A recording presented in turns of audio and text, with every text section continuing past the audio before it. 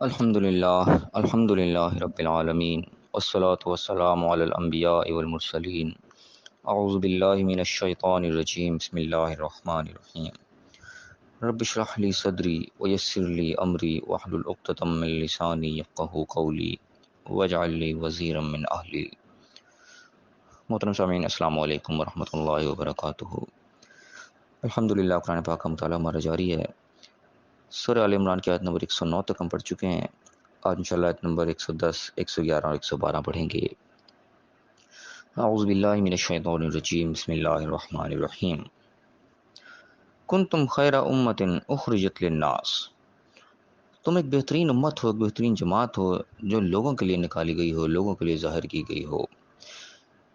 تأمرون بالمعروف وتنہون عن المنکر، تم معروف کا، اچھی باتوں کا حکم دیتے ہو اور برائیوں سے روکتے ہو۔ وتؤمنون باللہ، اور اللہ پر ایمان رکھتے ہو۔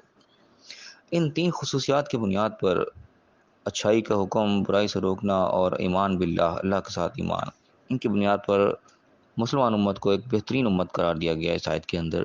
یہاں پہ ایک قسم کی ترغیب نظر آ رہی ہے، اس طرف توجہ دلائی جا رہی ہے کہ ہم ایک اچھی امت، اپنے آپ کو ایک بہت اعلیٰ امت سمجھتے ہیں، تو وہ کیوں ہے؟ اس امت کی خصوصیات کیا ہیں جس کی وجہ سے ایک اچھی امت ہے، بہتر امت ہے؟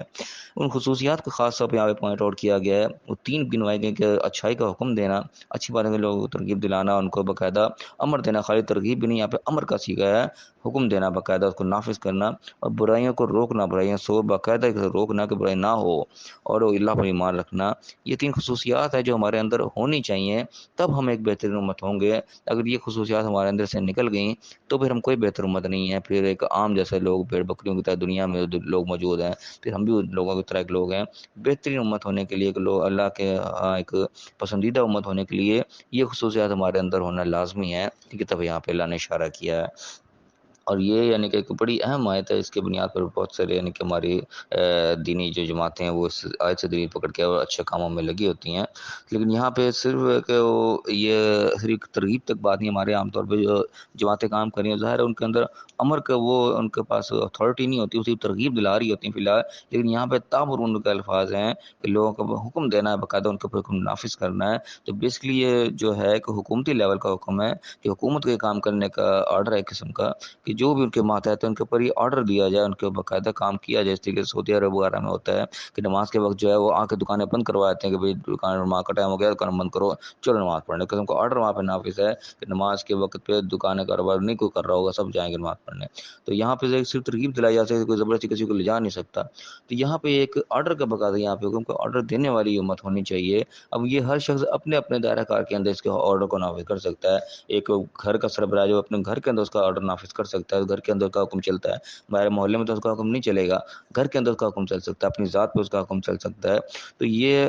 خصوصیات جو خاص طور پہ یہ آرڈر کی صورت میں ہونی چاہیے اصولی طور پہ، تب یعنی کہ ایک بہتر امت کی طرف ہم جائیں گے، جب اللہ کے حکم کو ہم باقاعدہ اس طریقے سے نافذ کریں گے، اس طریقے سے اللہ تعالیٰ چاہتا ہے حکم کرنا، کہ جہاں پہ اس طریقے سے صحابہ کرام اس طریقے سے اللہ تعالیٰ کے دین کو نافذ کیا، کہ ترغیب بھی دلائی گئی، اور جہاں زور کی ضرورت پڑی وہاں زور کو بھی، طاقت کو بھی استعمال کیا، تلوار بھی استعمال ہوئی، جہاں پہ رکاوٹ ہوئی وہاں پہ تلوار بھی استعمال کرنی پڑی مجبوری کی حالت میں، کہ جہاں خالی بات سے کام نہیں چل رہا ہے۔ کہتے ہیں نا کہ لاتوں کے بت باتوں سے نہیں مانتے، یہ بھی ایک مثال اسی لیے بنی ہوئی ہے کہ بعض جگہ خالی باتوں سے کام نہیں چلتا، وہاں پہ طاقت کو بھی استعمال کرنا پڑتا ہے۔ تو یہ ہر چیز استعمال ہوگی اپنے ضرورت کے مطابق پہ، ان چیزوں کو نافذ کرنے کے لیے کہ اچھائی نافذ ہو دنیا میں اور برائی کو مٹایا جائے۔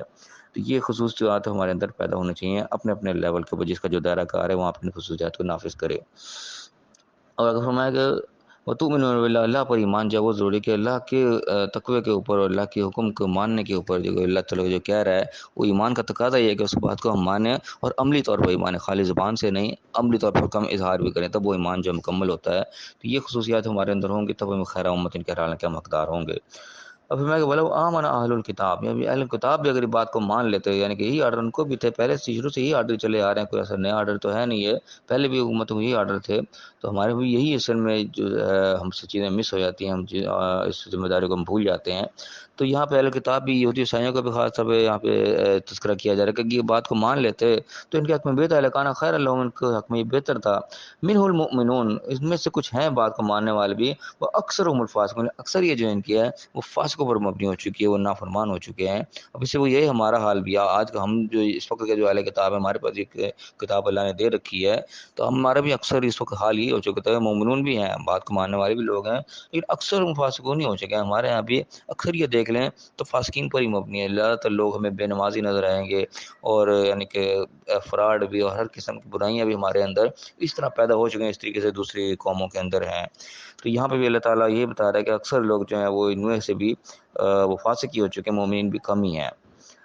اب فرمایا کہ لن یضرکم الا اذن، یہ جو ہے نافرمان لوگ جو فاسق ہیں، یہ تمہارا کوئی بگاڑ نہیں سکتے، تمہیں کوئی نقصان نہیں پہنچا سکیں گے، الا اذن، مگر ہاں تھوڑی بہت تمہیں ٹارچر کریں گے، تکلیف پہنچائیں گے تھوڑی بہت، لیکن کوئی نقصان نہیں تمہارا کر سکتے۔ یہاں پہ اللہ تعالیٰ یعنی کہہ رہا ہے کہ ہم اللہ کے ایمان پہ اگر ہم مضبوط ہیں، ہم ایمان ہمارا قائم ہے، اللہ کے حکم پر ہم چل رہے ہیں پورے ایک یکسوئی کے ساتھ، تو ہمارا کوئی کچھ نہیں بگاڑ سکے گا۔ اللہ تعالیٰ بڑی تسلی بخش یہاں پہ بات کہہ رہا ہے۔ دیکھیں بات کہنے والی کون سی ذات ہے، اللہ تعالیٰ کی ذات ہمیں اس چیز کی تسلی کرا رہی ہے کہ یہ تمہارا کچھ نہیں بگاڑ سکتے۔ آج ہمارا یعنی کہ ڈر ڈر کے برا حال ہوا ہوتا ہے کہ یہ پتہ نہیں کیا کر دیں گے، کیا ہو جائے گا، کیا نہیں ہو جائے گا۔ اللہ تعالیٰ نے ایک سیمپل ویسے بھی دکھا چکا، تاریخ اس چیز کی گواہ ہے کہ اللہ کے اوپر عمل کیا ہے، اللہ کے حکموں کے اوپر تو چھائے ہیں مسلمان۔ سپر پاور جو اس وقت تھیں وہ اپنے وہ چھوڑ گئی اپنا آپ سامنے، جو وہ شکست کھا گئیں۔ آج کے یعنی کہ ماڈرن دور میں، اس وقت کے دور میں ہم نے یہ افغانستان کے امریکہ کی بہت بڑی مثال دیکھ لی کہ کہاں افغانستان اور کہاں امریکہ اپنے آپ کو سپر پاور کہنے والا، لیکن اللہ نے آج کے دور میں بھی یہ معجزہ دکھا دیا کہ افغانستان کے سامنے وہ امریکہ جو ہے وہ بھاگ کے اپنا سارا کچھ لپیٹ لپاٹ کے۔ تو یہاں پہ اللہ تعالیٰ شاید میں بتا رہا ہے کہ تمہارا کچھ نہیں نقصان پہنچا سکتے، الا اذن، تکلیف تھوڑی بہت دیں گے، تمہیں ٹارچر کریں گے، لیکن تمہارا نقصان نہیں یہ کر سکتے۔ تو اس پہ ہمارا ایمان کامل ہونا چاہیے کہ جب اللہ کے راہ پہ ہم چل رہے ہیں تو ہمارا نقصان نہیں ہوگا۔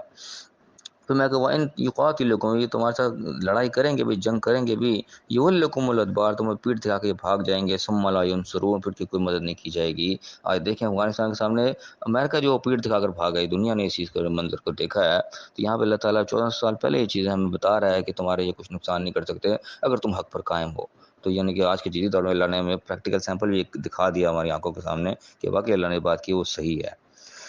پھر فرمایا کہ ضربت علیہم الذلۃ اینما ثقفوا، یہ جہاں بھی چلے جائیں، جہاں بھی کہیں پائیں جائیں، اللہ کی طرف سے ذلت ان کے اوپر مسلط کر دی گئی ہے۔ الا بحبل من اللہ وحبل من الناس، مگر یہ کہ اللہ کی رسی کوئی تھامنے والوں یا لوگوں کی رسی کوئی تھام لے۔ یعنی کہ یہ جو نافرمان لوگ ہیں، خاص طور پہ یہودی پہ سے مراد لی جاتی ہے، مفسرین نے بتایا، تو یہ یعنی کہ اللہ کی طرف سے غضب ان کے اوپر جو وہ اللہ کی طرف سے ذلت ان کے اوپر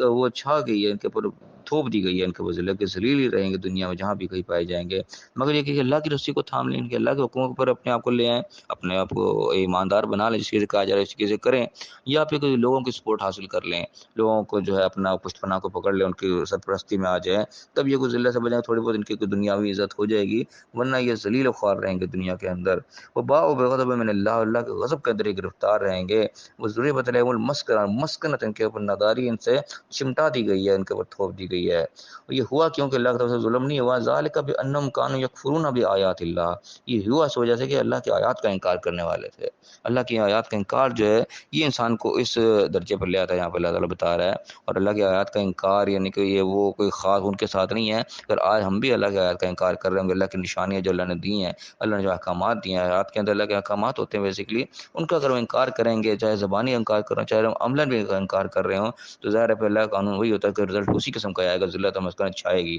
اور آج ہم اپنے حالت بھی دیکھ لیں تو ذلت مسکنت ہم پر بھی چھا رہی ہے، کیونکہ ہم اللہ کے قانون کو نافذ نہیں کر رہے، نہ اپنی ذات پر کر رہے ہیں، نہ اپنے خاندان پر، نہ حکومتی لیول پر کر رہے ہیں، انکار ہو رہا ہے ہم سے بھی، جانے انجانے میں اللہ کا آیات کا انکار کر رہے ہیں، اور رزلٹ ہمارے اوپر بھی وہی آ رہے ہیں جو اللہ تعالیٰ نے یہاں بتایا ہے کہ ذلت مسکنت جو آج مسلمانوں پر بھی چھائی ہوئی ہے دیکھا جائے تو۔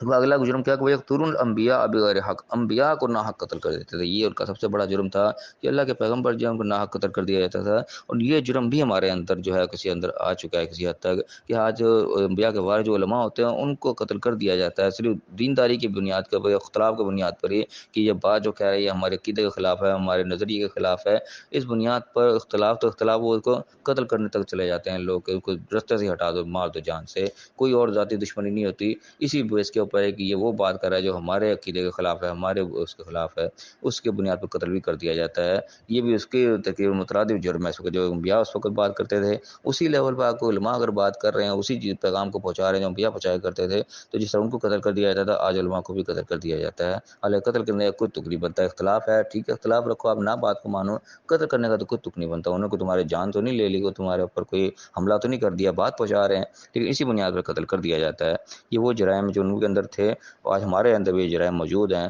تو رزلٹ بھی اسی قسم کا ہی آ رہا ہے ہمارے حق میں بھی۔ اور فرمایا کہ ذالک بما عصوا، ان کی نافرمانی کا سبب تھا، وکانوا یعتدون، اور حد سے بڑھ جاتے تھے۔ یہ وہی بات ہے، انکار کیا نافرمانی کی اور حد سے بڑھ گئے کہ اگلے کو جان سے مار دیا۔ تو یہ چیزیں جو ہے اللہ تعالیٰ نے پوائنٹ آؤٹ کر کے بتائیں کہ یہ وہ برائیاں تھیں، اور وہ اچھائیاں بھی اللہ نے بتا دی کہ اچھائیاں کون سی تم نے اندر پیدا کرنی ہے اور کون کون سی برائیاں جن سے بچنا ہے۔ اللہ تعالیٰ بات واضح کر کر کے ہمیں بتا رہا ہے، اب ہمارا کام ہے اس کو سمجھیں، اچھائیوں کو اپنے اندر پیدا کریں، جو اوصاف اللہ نے یہاں بیان کیے وہ اوصاف ہمیں اندر پیدا کریں، ان چیزوں کو ہم کریں، اچھائی کو نافذ کرنے کی کوشش کریں، برائی کو روکیں ہر ممکن حد تک، جہاں جہاں ہمارا دائرہ کار ہے اس کے اوپر عملاً جو ہے ہم اقدامات کریں، اور جو برائیاں اللہ نے بتائی ان برائیوں کو اپنے اندر سے ہم نکالیں۔ اللہ تعالیٰ ہمیں صحیح سمجھنے کی، صحیح عمل کرنے کی توفیق عطا فرمائے اور دنیا اور آخرت دونوں جگہ کامیاب فرمائے۔ آمین۔ وآخر دعوانا ان الحمد للہ رب العالمین۔